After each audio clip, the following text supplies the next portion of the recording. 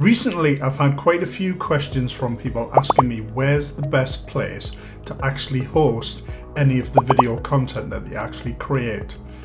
And one of the pieces of advice that I usually give people is don't actually host it with your hosting provider that you use for your website. And the reason for that is if you get a lot of traffic to your video or watching your video, then you could end up paying a lot of money to your service provider for your website, or completely kill your bandwidth, which means that your site won't actually perform properly.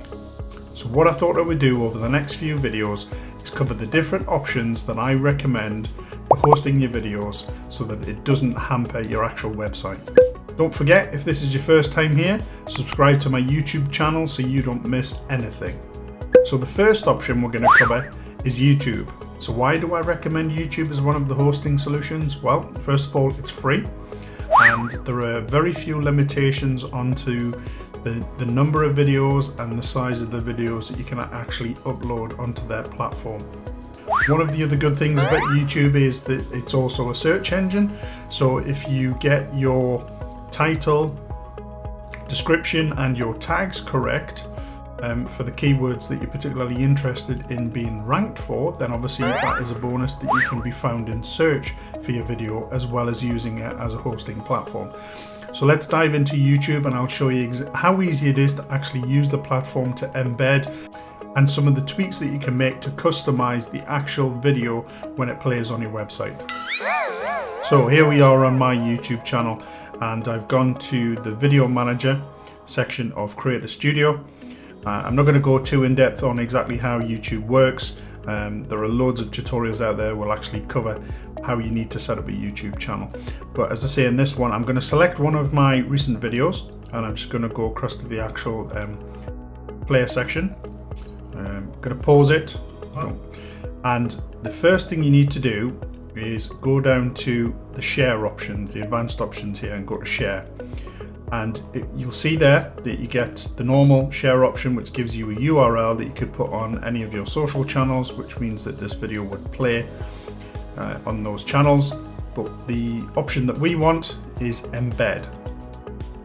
And you'll see you get what they call an iframe code, which is what you need to put onto your website for this video to be embedded and play as if it was a YouTube video on your site. However, we want to make some slight tweaks to this so that we've got a bit more control over exactly how it looks. So what we need to do is just click on the Show More button, and if I scroll down slightly, you will see that we get the option of choosing the embed size, and most of these obviously will cover landscape rather than portrait. So you've got the normal variants here, and 720 obviously is HD, but you would never put a video of those dimensions on your website. So you'll probably choose either the 640 360 or the 853 480, or you can even go into custom and make sure that you use a size that fits in with where you want to place it on your website. Now I'm going to choose the 853 by 480.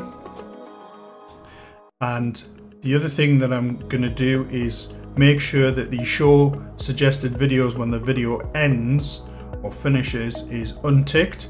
So what that would mean is that when the video has finished playing, it'll just stop and you won't get all of the related videos that come up at the end, which is a distraction to your visitors. And that's definitely something that I would recommend for people to, especially who are going to be embedding them on the website, because you don't want them being taken off to watch somebody else's videos.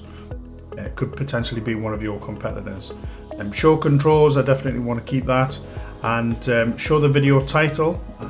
Now this is a big one for a lot of people who want to actually embed these on the website. So all it means is if I tick the box, you'll see it's changed there, and it just gives the actual title of the video, where sometimes you might have a custom thumbnail yourself that it doesn't need this additional title on. So I'm going to remove that.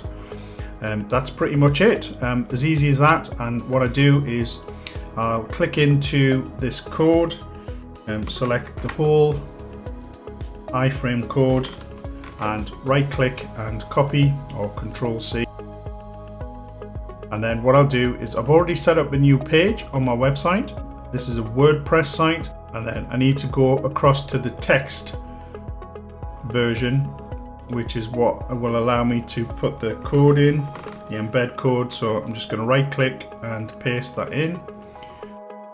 Now if I go back across to the visual tab, you'll see that the video thumbnail now appears, and if I want to make any adjustments, like if I want to center this, then I just click on the actual thumbnail and then just click on center. It should center it when it actually plays on the web page. So the next thing to do is just to make sure that this page is published.